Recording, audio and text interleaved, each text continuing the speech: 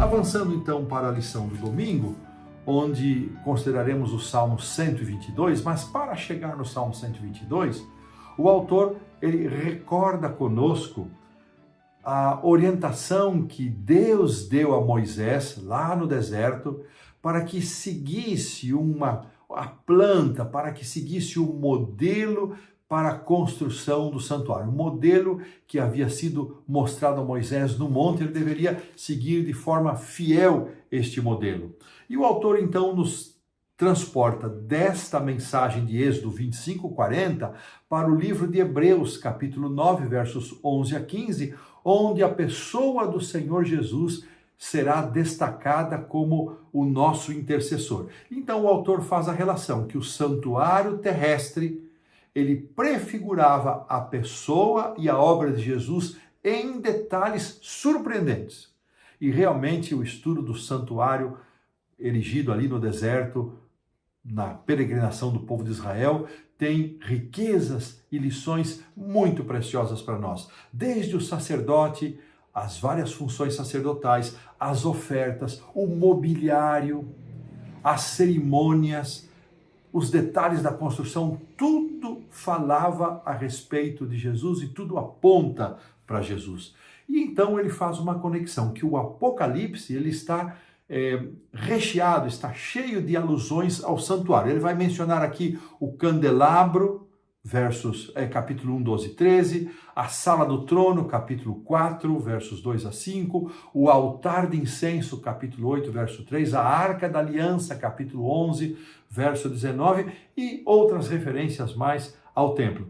Sem uma compreensão daquilo que acontecia no santuário do Antigo Testamento, é simplesmente, diz o autor, impossível, é extremamente difícil compreender o que João está tentando nos dizer nas suas visões.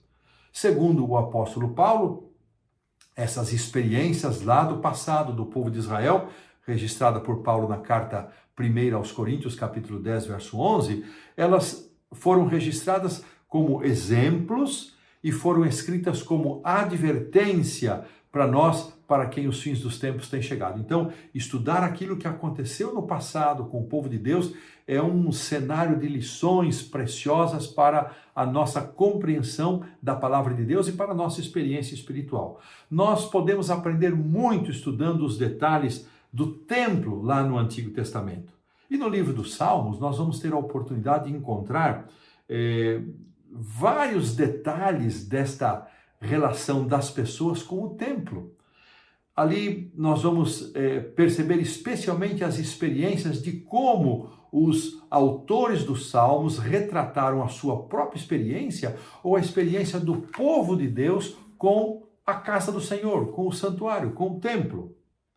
Nós vamos, especialmente da parte de Davi, a quem é atribuída a autoria do Salmo 122, nós vamos obter vislumbres de como ele se relacionava com o santuário e nós vamos ver também como o povo de Deus reagia à casa de Deus. E aqui vamos para o Salmo 122, que um salmo conhecido, muito recitado, e diz assim: alegrei-me quando me disseram, vamos à casa do Senhor.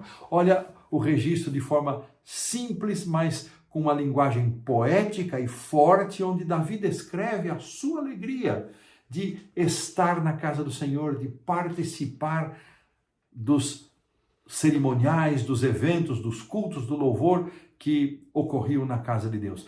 Quando falamos aqui em casa de Deus, e o Salmo vai depois mencionar várias vezes Jerusalém, nós precisamos entender que este sentido de casa do Senhor, Jerusalém, ele é muito mais amplo do que o sentido físico dos dias de Davi. Ele tem uma conotação espiritual, ele transcende, ele vai além desses dias e nos alcança também.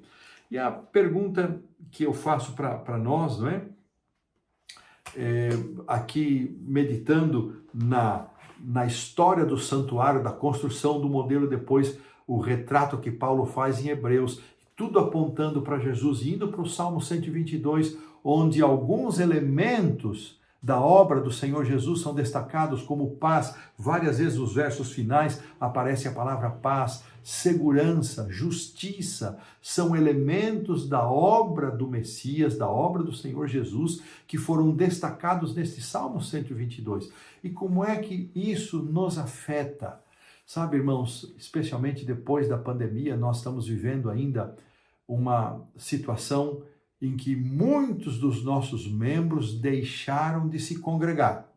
Alguns por limitações físicas ou de outras maneiras têm impedimentos de estar na casa do Senhor.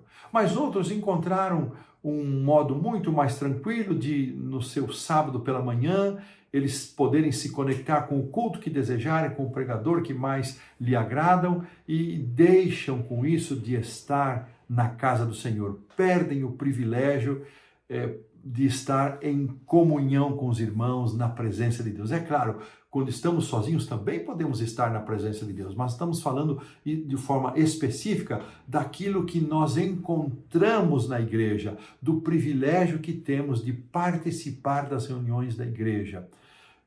Que oportunidade Deus nos dá a cada semana, em alguns lugares 2 ou 3 vezes por semana, de irmos à casa de Deus com alegria e participarmos do culto, estarmos com os irmãos e desfrutar dessa maravilha que é a comunhão com Deus e com o povo do Senhor.